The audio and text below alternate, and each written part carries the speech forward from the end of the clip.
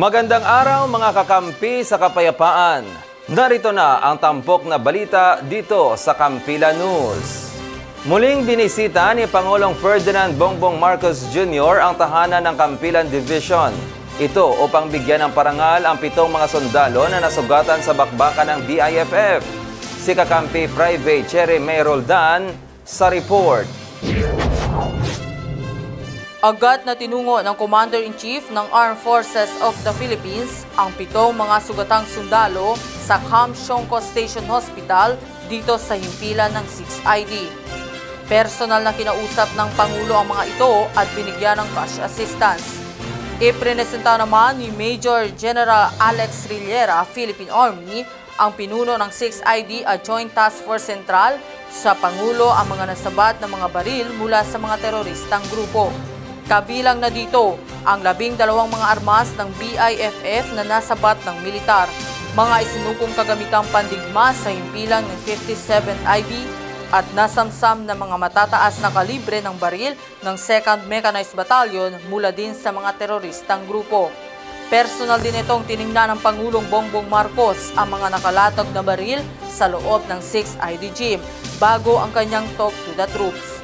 Bukod dito, pinarangalan din ng Pangulo ang iba pang sundalo sa kanilang naging papel sa matagumpay na pagkakalipol sa pinakamataas na lider ng BIFF na si Mohiden Animbang alias Kagiwa Karialan kasama ang 11 tagasunod nito.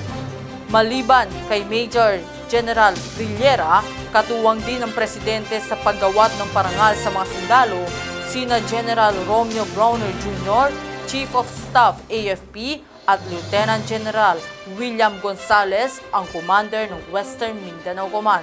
Matatandaan na nakasagupa ng militar ang nasa 15 mga elemento ng BIFF sa Barangay Kitango, Datu, Saudi, Ampatuan, Maguindanao del Sur nitong Abril 22 na ikinasawi ng 12 mga teroristang grupo mula sa pagkat ni Karialan. Mula dito sa Camp Siongco 6 Infantry Kampilan Division, Philippine Army, naglilingkod sa sambayanan, kakampi ng kapayapaan, Private Cherry May Roldan, Kampilan News. Tuluyan nang natuldukan ang hidwaan ng 2 pamilyang naglalaban-laban sa isang barangay sa Pigkawayan na sakop ng Special Geographic Area o SGA BARM. Ito ay sa tulong ng Rido Settlement na pinangunahan ng 34th IB. Si kakampi PH3 Ryan Albert Sanchez sa report. Pinangunahan ng 34th Infantry Reliable Battalion Philippine Army ang pagsasaayos ng gusot ng 2 mga angkang may hidwaan sa Barangay Matilakpig, Kawayan Special Geographic Area BARM. Mismong si Colonel Ray Rico, pinuno ng 34th Infantry Battalion, ang nanguna sa pag-aayos ng gusot sa 2 mga pamilyang nagkarido. Ito ay sa pagitan ni na dating punong barangay Dato Kulabtuya kasama si Ibrahim Kawilan at kasalukuyang punong barangay Honorable Ismail Tongtayuan, parehong residente ng nasabing lugar.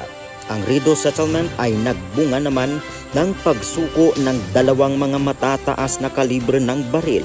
Nilagdaan din ng 2 panig ang Memorandum of Agreement mula sa Chief Minister Peace, Security and Reconciliation Office sa ilalim ng Clan Dispute, Violence Conflict, Resolution number 28. Pinuri naman ni Major General Alex Rillera, Commander ng 6th Infantry Division and Joint Task Force Central, ang magandang hakbang na ito ng 34th Infantry Battalion kasama ang iba pang ahensya ng pamahalaan kung saan malaking tulong ito para sa ipagpaguyod ng kapayapaan at katahimikan sa lugar. Naglilingkod sa sambayanan, kakampi sa kapayapaan, PH3 Ryan Albert Sanchez, Kampilan News. 603rd Infantry Persuader Brigade ipinagdiriwang ang ika-37 taong walang humpay na paglilingkod sa sambayanan, partikular na dito sa South Central Mindanao. Si kakampi JO1 Loville Jane Bomediano sa report. Ginunita ng 603rd Persuader Infantry Brigade ang kanilang ika-37 anibersaryo sa pamamagitan ng pagkilala sa kanilang mga magigiting na tropa at mga stakeholders na kanilang kaagapay sa pagsulong ng kapayapaan at kaunlaran. Ito ay isinagawa sa mismong himpilan ng 603rd Brigade sa Barangay Milbuk, Palimbang, Sultan Kudarat. Naging panauhing pandangal at tagapagsalita si 6th ID Division Commander Major General Alex Reliera, Philippine Army. Malugod naman siyang tinanggap ni Brigadier General Michael Santos, Philippine Army, ang commander ng 603rd Brigade. Tema ng selebrasyon ay Stronger Together, celebrating 37 years of excellent service to the people of South-Est Central Mindanao. Binigyan ng parangal ni na Major General Reliera at Brigadier General Santos ang mga namumukod-tanging Persuader troopers at mga stakeholders na katuwang sa pagtataguyod ng katahimikan sa lugar. Pinasinayaan din ang bagong gusaling ipinatayo sa ilalim ng liderato ni Brigadier General Santos. Sa kanyang mensahe, iginiit ni Major General Reliera na malaki ang naiambag ng 603rd Brigade sa patuloy na pagpapanatili sa kaayusan at kapayapaan sa South Central Mindanao. Naglilingkod sa sambayanan, kakampi sa kapayapaan, Jail Officer 1 Lovulia M. Bumidiano, Kampilan News. At yan ang tampok na mga balita dito sa 6th Infantry Kampilan Division at Joint Task Force Central. Hatid sa inyo ng Kampilan News.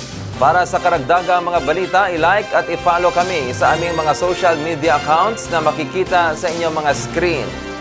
Mula dito sa punong himpilan ng Kampilan Division.